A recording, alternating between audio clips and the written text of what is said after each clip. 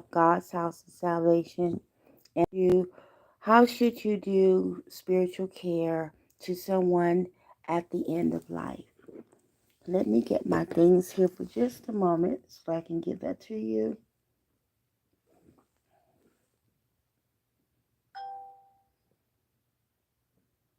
Okay, here we go.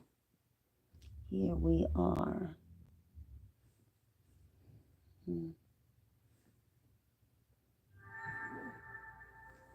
Okay, first of all, let's talk about end of life.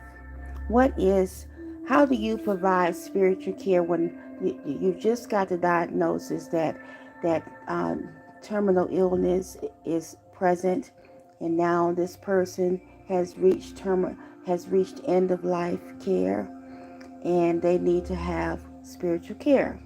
That is an offering to them. Well, spiritual care at the end of life acknowledges the importance of spirituality in the human experience, offering support and resources to help those involved find meaning, purpose, and peace during their final days. Often, this is through a chaplain, a religious leader, a spiritual care professional. The chaplain can work with or collaborate with someone outside um, of the organization. They can work with priests. They can work with imams. They can work with any spiritual leader, because really it's all about what the patient's needs are at this time. End of life spiritual care recognizes that spirituality is an important part of the human experience. This is regarding their beliefs, one's values, their practices that provide meaning and purpose. The goal is to support the individual and the families in navigating the spiritual aspects of their illness and their suffering, and how they view death, and promote a sense of peace, hope, and dignity. Some of the things that come on board with spiritual care is that an assessment must be made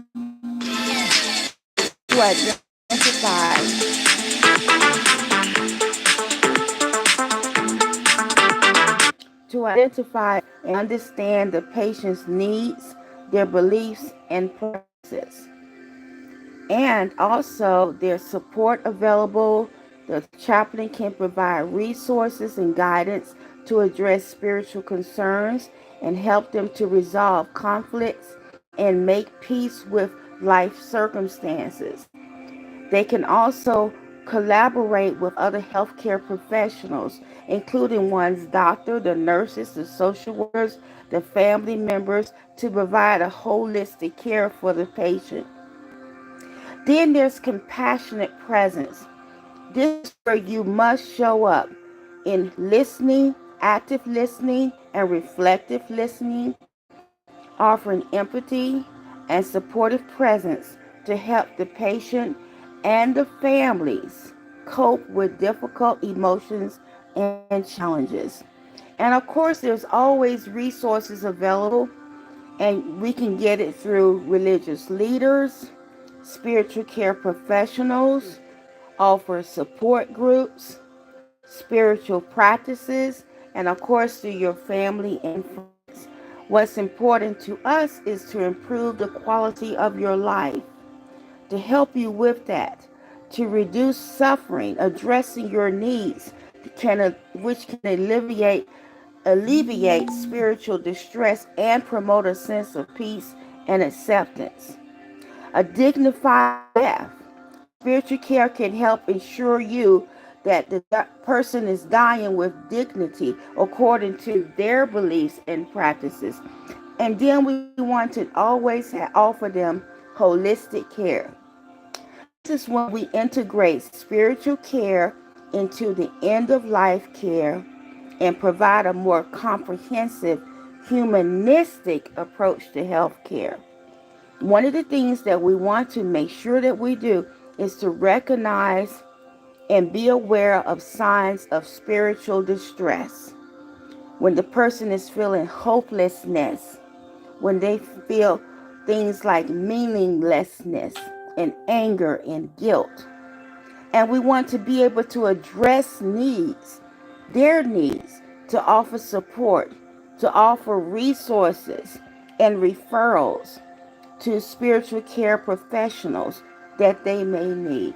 So this is just an overview when you need to call the chaplain, because chaplains do a lot of work to help the person, the family, the patient die well as to have an integral death experience, respecting their values and also their faith tradition.